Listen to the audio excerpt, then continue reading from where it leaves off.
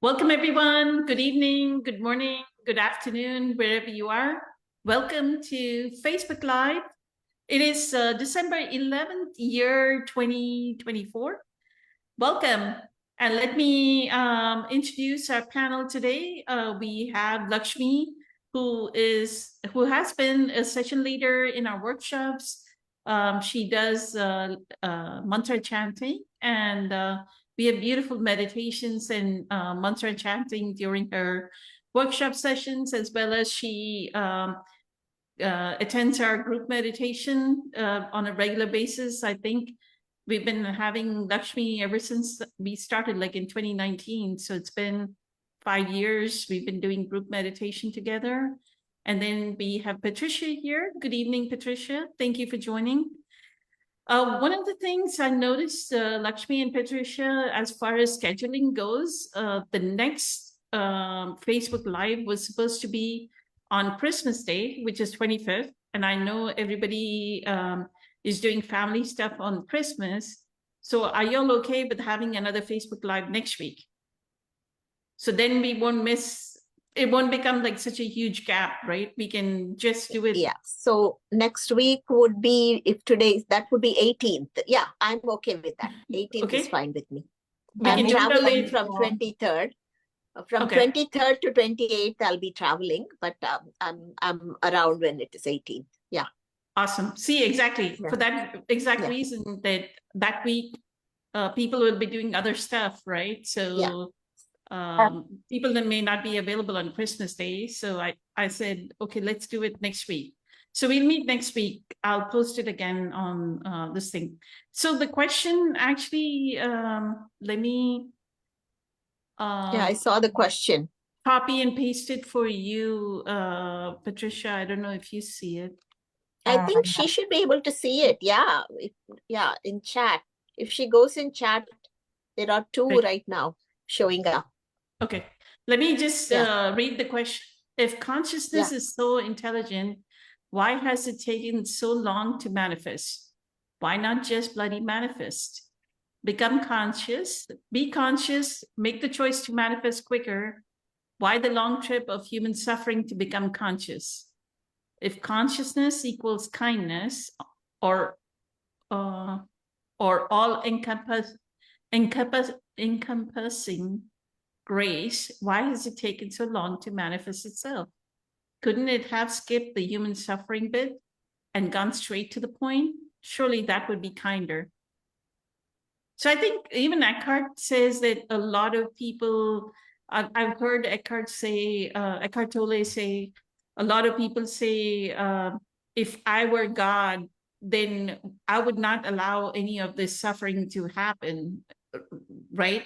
Everybody seems to think that this God is being, and probably that's why I have a feeling there's a lineage of people that follow Christianity, that believe that there's a jealous God, that there's a punishing God, that God is wrathful, right? Maybe for that exact reason, because they wouldn't... Or Satan, they believe in Satan.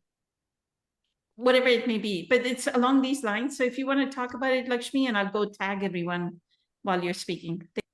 Yeah, so to me, the question is, why can't, bloody hurry up? That is the human mind speaking, because human mind, especially in this day and age, when everything is instant gratification, we want everything to be quick. But like Eckhart says, just like a bacteria living inside us has no capability of understanding what a human being is. If the bacteria were to think that, okay, let me understand what this human being is, so it doesn't have that capability. So we are all like that single cell bacteria living in this vast universe, and we don't really have an idea of anything.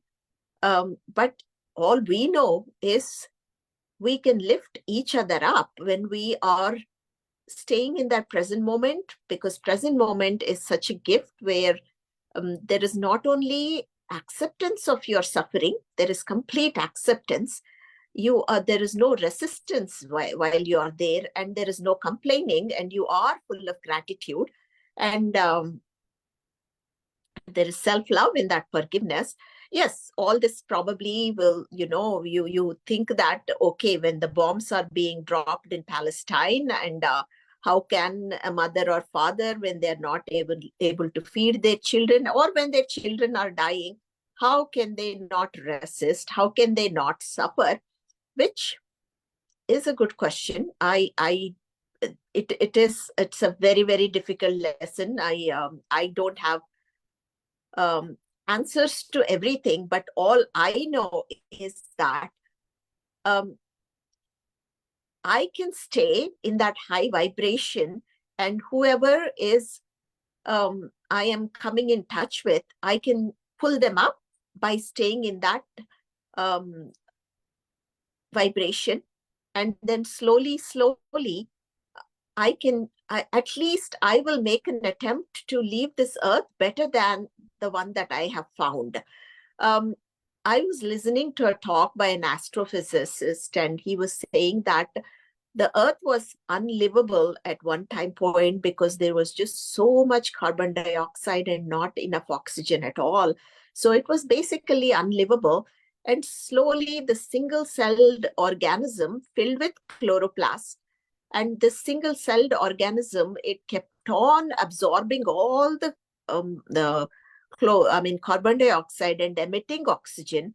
And it took several million years for that process to happen, where the carbon dioxide completely, or at least, most of it got transformed into oxygen. And slowly we have plants, the chloroplast or plant of each and every cell of the plant. So now we have plants doing that wonderful job of, cleansing that carbon dioxide and giving us that oxygen. So each of us can be like that chloroplast, and we can all do our part in not having the answers to everything, because there is no way we can have answers to every question. But what I know is that I can change myself, and I can change everybody who is associated with me, and also contribute to that vibration, to that collective consciousness, if I stay aligned to my true self. And the only way I can do that is to constantly be in that present moment, bring that monkey mind constantly back to the present moment. It keeps on running to that something is important in the past, or something is very important in the future. And my job is to recognize and become aware, okay, there is my monkey mind, and bringing it back, and then staying in the present moment. That's where I dissolve all the suffering. I am in complete acceptance of whatever is happening. There is no resistance of whatever that I'm going through. So that is how I feel I can contribute. And yeah, that is my 2 little cents. And yeah, that's all I can say right now. Beautiful. Thank you so much, Lakshmi. Always sweet and precious, eternally grateful. Thank you for the input. Thank you. So when I read the question, if consciousness is so intelligent, why has it taken so long to manifest? If we look back on what the scientists say, that there was a Big Bang, right? Like the Higgs boson, it was like very tiny particle. And then suddenly that boson burst. And that boson caused, like, the expansion started, right? So just imagine, like, it's somebody asked Eckhart during the conscious manifestation course the same question, that why is it that why is there so much suffering in the world? And what Eckhart said was that or we can just imagine, right? Like at some point in time, there was no polarity. Mhm. Consciousness was itself consciousness, Yeah, right? that's it. Yeah. And then to know itself, it had to separate. Yeah. And that separation is what we call the Big Bang, or the manifestation started happening. So Mhm. separation happened, right? So the moment the separation happened, the polarity was created, Yeah. right? And the moment the polarity was created, then it started to manifest into experiences. And what I feel is the greatest uh, the term that Abraham Hicks uses, and I think Teal Swan uses the same term.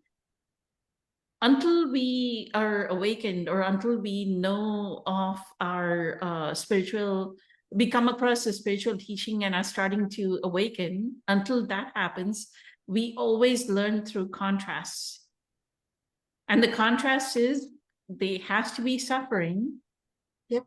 And then, like, if he didn't know that, hey, if I, I'm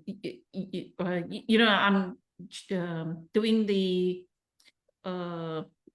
let's say, touching the hot stove. If I didn't touch it and feel burned, the contrast was not there. I wouldn't move. I wouldn't be careful around a hot stove. Or when I was like peeling garlic and I was putting the blade of the knife towards me, Mhm. and I Mhm. pressed. You know how we try to Yeah. smush the garlic to break apart the outer covering.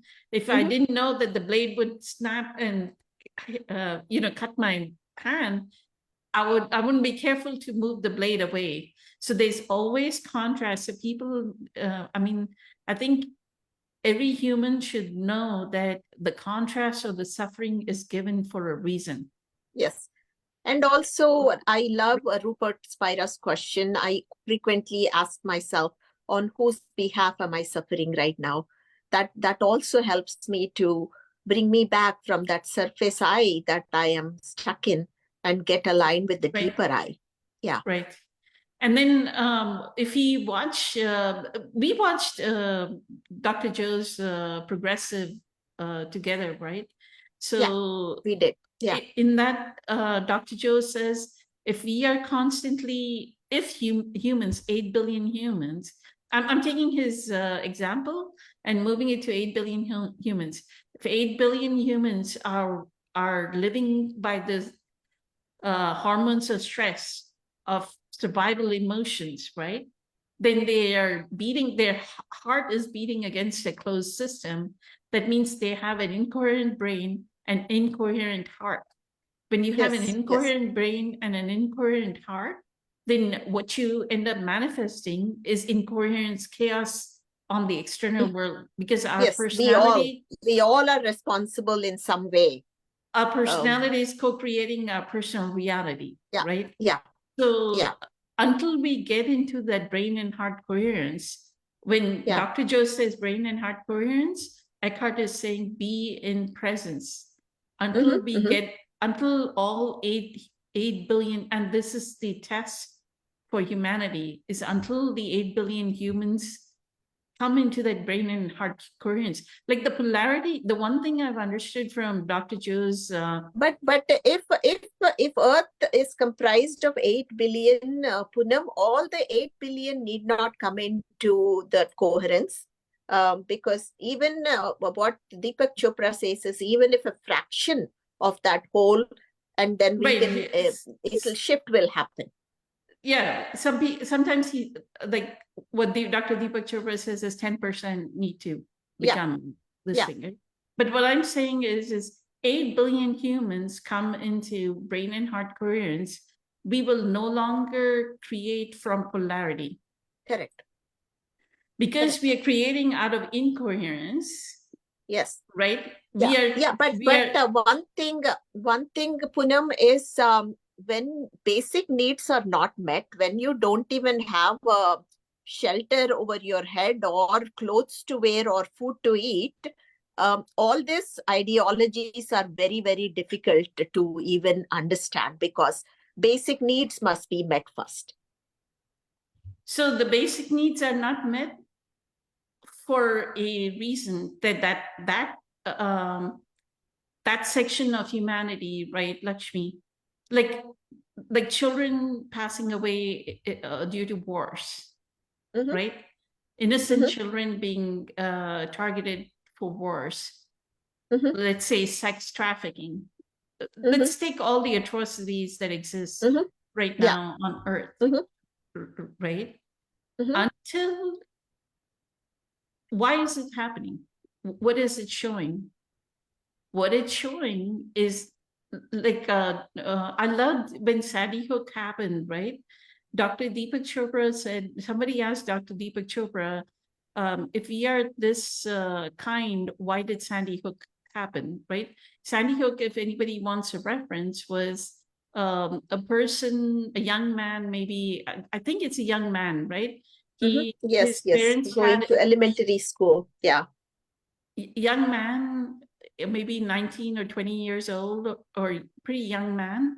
He took like a high grade weapon, like an machine gun or something, and went killed 6-year-old, like went to an elementary school and shot at 6-year-old children, right? And many of the children and teachers passed away. So when Sandy Hook happened, Dr. Deepak Chopra, somebody asked Dr. Deepak Chopra, why did this happen? And he said, it is like a cyst, it's like a cancer. You know, suddenly in somebody's body, some part of the body becomes cancerous. It's just showing that cancerous part in our collective consciousness, right? So what I was saying is what I have understood, and I know for the past few years, if we are in brain and heart coherence, we do not create the polarity. Our life becomes, if you want peace, right? If you come into brain and heart coherence, you will see that your life just flows.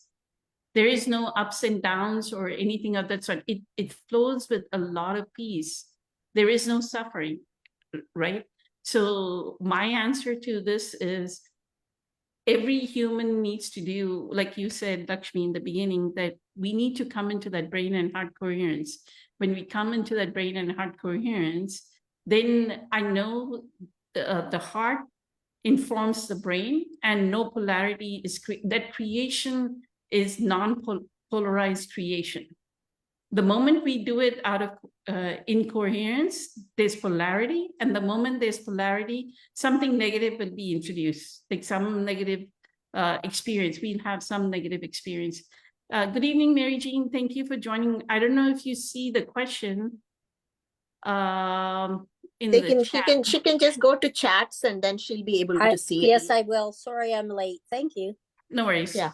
Go ahead, Patricia, if you want to speak something about this. I know it's getting late for you. It's okay. I'm here. I was rereading it and listening, and what came up for me is that question is actually completely out of ego. Because if the person that asked the question was in a state of consciousness, they would understand that there is a reason absolutely for everything and the way things are.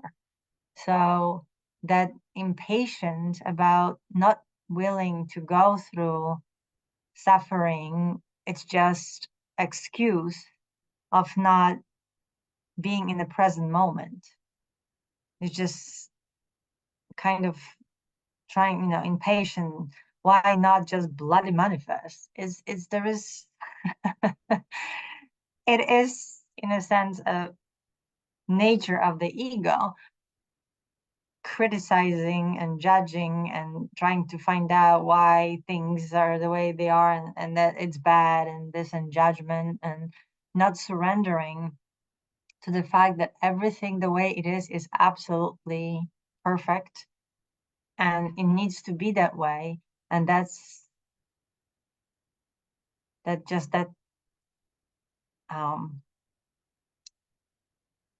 understanding that each one of us has that divine spark and has a possibility of awakening in every moment. And like Eckhart says, the situation that each one of us has is the perfect one and what we need. And either we awaken or not, it's part of the experience. So I at this point, maybe a while back, I kind of had the same impatience.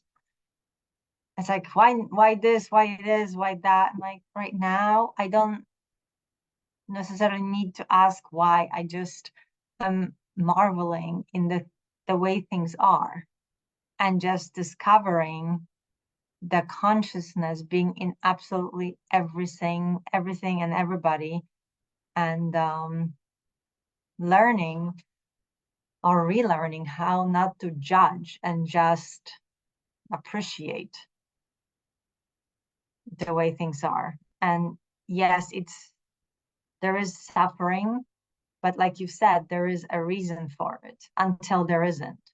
So it's up to each one of us, and it's an incredible adventure and honor to be alive and go through this process, to wake up every morning with that amazing feeling. Like you talked in your affirmation that it's a new and wonderful day, and just enjoying. So there's no rushing, there's no need to be upset and why is that suffering, why couldn't we just skip that? No, you can't skip anything, because once you are in the present moment, you absolutely are in awe of life, and you don't want it to be any different than it is. And consciousness is everything. It's manifesting through absolutely everything around us and through us. So it is already manifesting. So it doesn't have to skip anything. We just need to be aware. So yeah. Wonderful answer, Patricia. I really love your answer, because when we are in that present moment, we are in that timeless zone, right? And all that suffering of time that he is like, why can't universe hurry up, is everything to do with time. And we are timeless beings, right? Yeah. it's incredible. It's what Eckhart talks about, that living with one foot in that three-dimensional world and the other in the space around it. So that's kind of what everybody I guess that's what he wants to be at, but he can, that, or he or she, every moment is a possibility to touch that and reach that. So the practice of reaching that, it's just humbling and just loving it. I think that's where the key is. Yeah. And gratitude, like you always, Lakshmi, say about gratitude, being grateful for every moment, being grateful for even the suffering, because that suffering is bring me to some realization of there must be a different way. There must be something above it, like beyond the suffering. That what Rupert Spira, I love that question too, on whose behalf am I suffering? And then it just almost like instantaneously disappears, because you see that it's not really a separation, it's just that you more than just identification with the particular situation, suffering, life situation. Yeah. I just read, I don't know if it is Deepak Chopra or somebody else posted that over 95% of our thoughts are just useless thoughts. and we just get hooked on to those thoughts and think that I am that thought. So yeah, It's that momentum. Yeah, yeah. It's pulling us, and Dr. Joe Dispenza say it's just repetitive because our brain is just repeating Mhm, the mhm. patterns and just keep going. Yeah. And that's 60 to 70,000 automatic. thoughts per day. Yeah. Most of them are just useless. Yeah. Yeah, nothing creative. We want to reach that point when we are being creative. So it's something new from the higher vibrational frequency we create, and that's where the manifestation is different. But if we stuck here, we just manifest still. We still manifest, like it's still consciousness.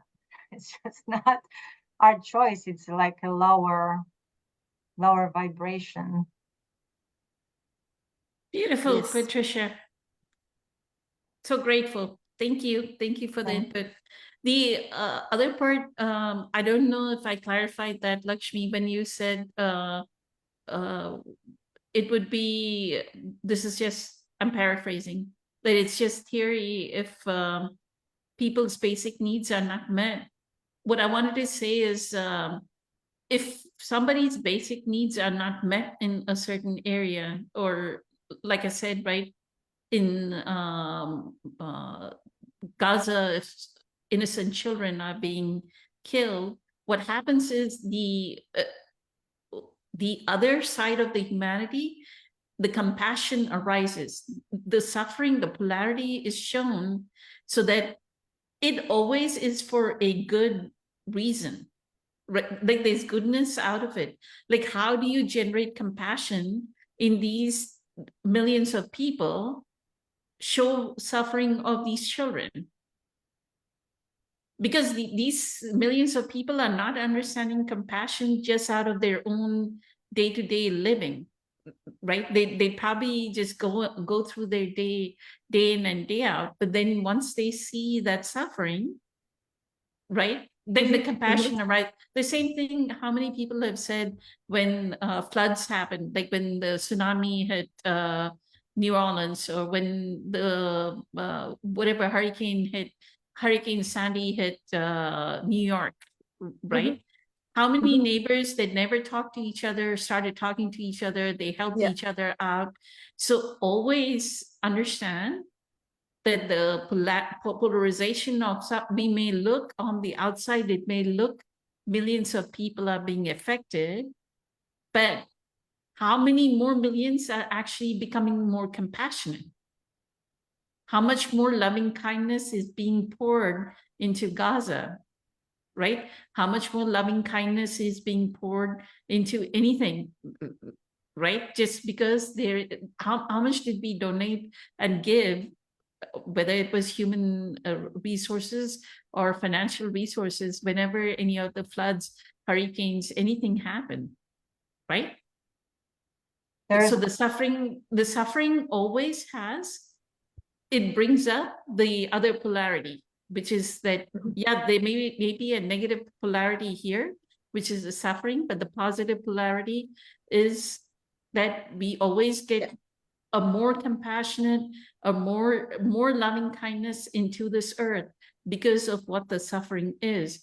The other part to the suffering is the polarity is needed. How will we learn the lesson of forgiveness if we didn't have that unconscious human being? That perpetrator that probably causes abandonment, perpetrator that probably causes molestation, or perpetrator that causes whatever that suffering may be, right? How would we learn forgiveness without that? Yeah. Right? Like they say, if you want to know white, you need black. Yeah. If you want to know light, you need the darkness. Without darkness, you cannot know light. Right? The polarity is needed. So with that, I'll go to Mary Jean. Mary Jean, you want to say something? Thank you. Hi, thank you.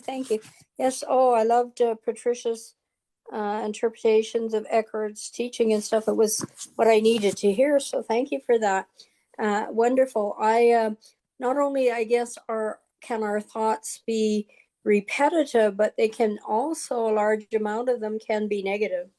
And so that's one of the things I've been noticing is here it's very cold in winter, very, very cold, and it gets dark at like 3 o'clock. And so my mind is saying, oh, this is a terrible, terrible thing, winter, right? And I don't like it, and I want to be somewhere warm, and it's the complaining and the negative thoughts that come in.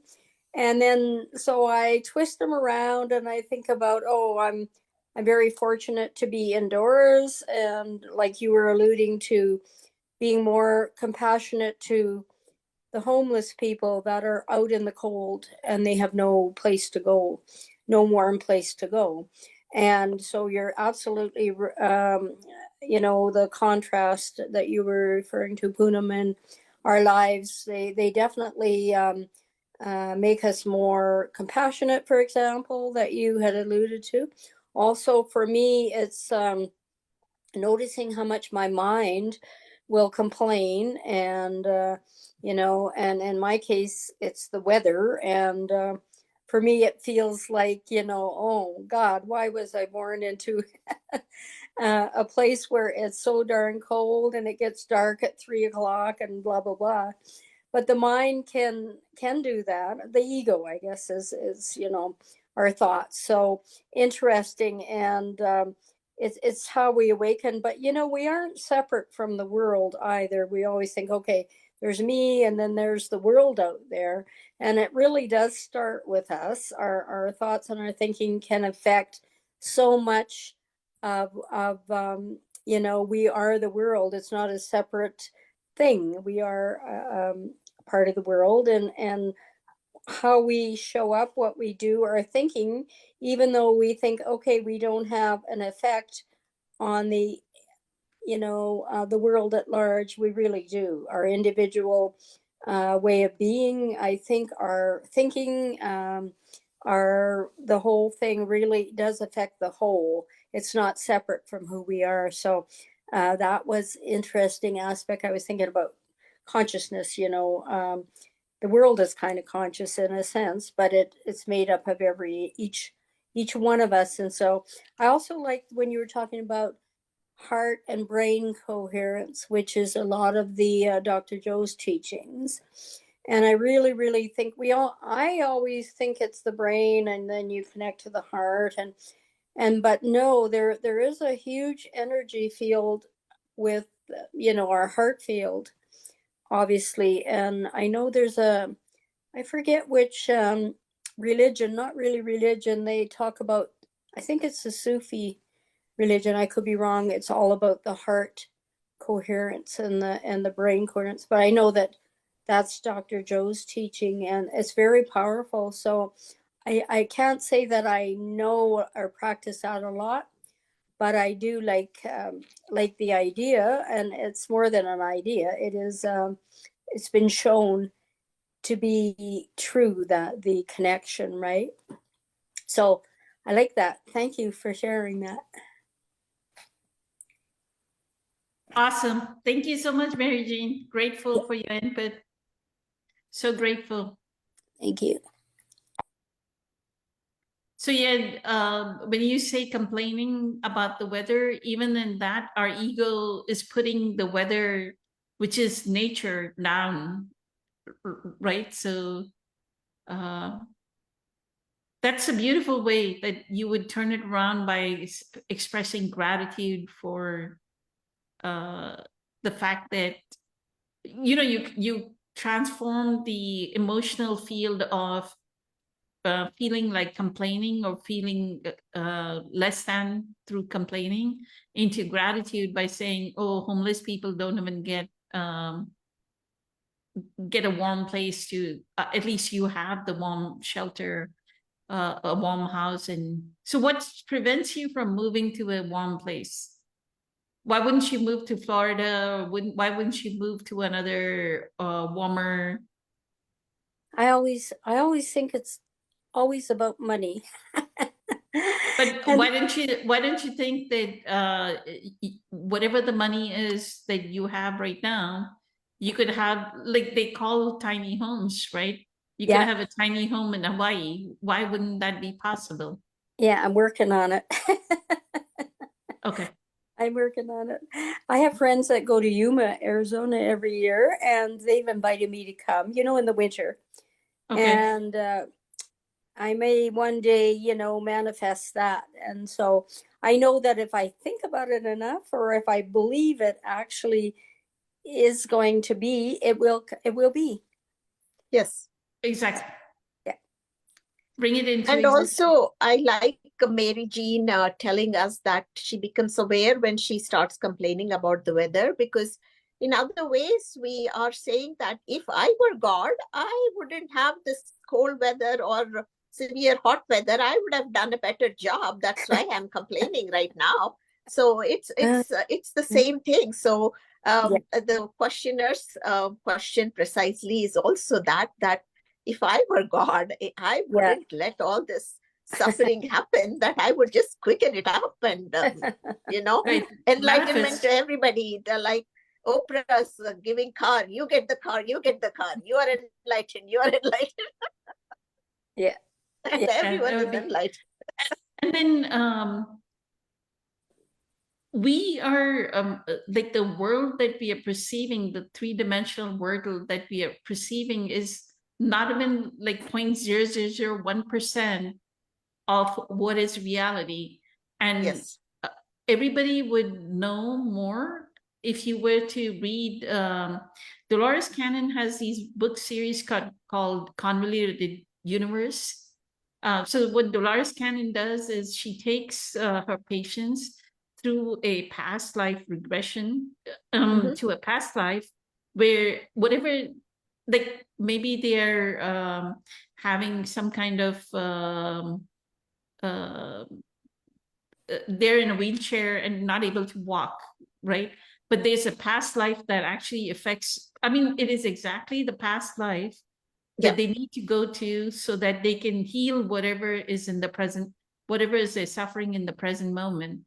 So she takes them into the past life. And it is incredibly amazing that these normal human beings in a past life, either they were they talk about I was just the gas when the Big Bang happened. I was just simply the gaseousness that arose. I was that. They went to that past life. Wow. Right? Or the past life Wow. is I'm a being in the sun and I live in the sun.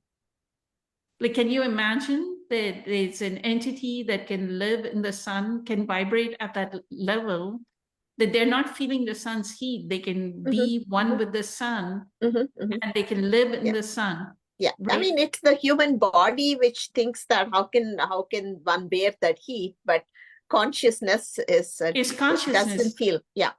It's consciousness. It's formless. Yeah. So so that way we kind of know that not only are we learning here on Earth, right? We are not only learning by contrast on Earth. There are other planets, other galaxies, there are other entities, right?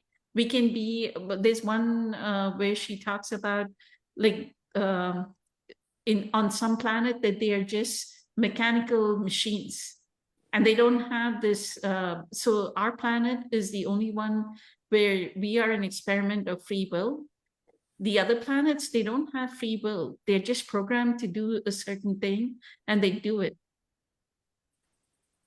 Right? So wherever this when she or he this patient went, where there was this mechanical I almost think like one of those sci-fi like Avatar, where they were a mechanical thing walking around, right? I got that vision that there was a mechanical thing walking around. So they're a mechanical thing, right? And but that mechanical thing has some consciousness in it, and that is the consciousness that took birth in this present life, and this person is suffering whatever they're suffering, right? And normally it is a lesson of surrender. It's a lesson of forgiveness again. So we are not only learning we think we are just learning on this planet. We are also learning in other dimensions. That's why Eckhart uses, both Eckhart and even Dr. Joe, I think even Rupert Spira may say, even Dr. Deepak Chopra may say that we are multisensory, multidimensional beings. The multidimensionality is this dimensions in which there are different entities, they're different beings, and we could have been one of those beings in a past life, right? So Yeah. we don't know. We're just looking at this little three-dimensional world and saying, hey, why does consciousness not manifest fast enough, right? We Mhm. have a very, very small picture. And you get more of a picture when you listen to something like Dolores Cannon, where she talks. I mean, you can talk about Dolores Cannon. You can talk about Matthias De Stefano, who talks about being like remembering his past life when he was an Atlantean. Atlantis was the Atlantean people were a race or a certain alien race that lived on Earth, right? So how do you even comprehend all that happened in the past, right? And then Mhm. that person now is living in this present reality. Yeah. That used I to think the be. questioner, I feel, is like in the beginning stages of awakening, and the more he grounds himself or herself to the present moment and also to that heart brain coherence, if he or she does that more, I feel the same person who asked this question will also have the answer to the question.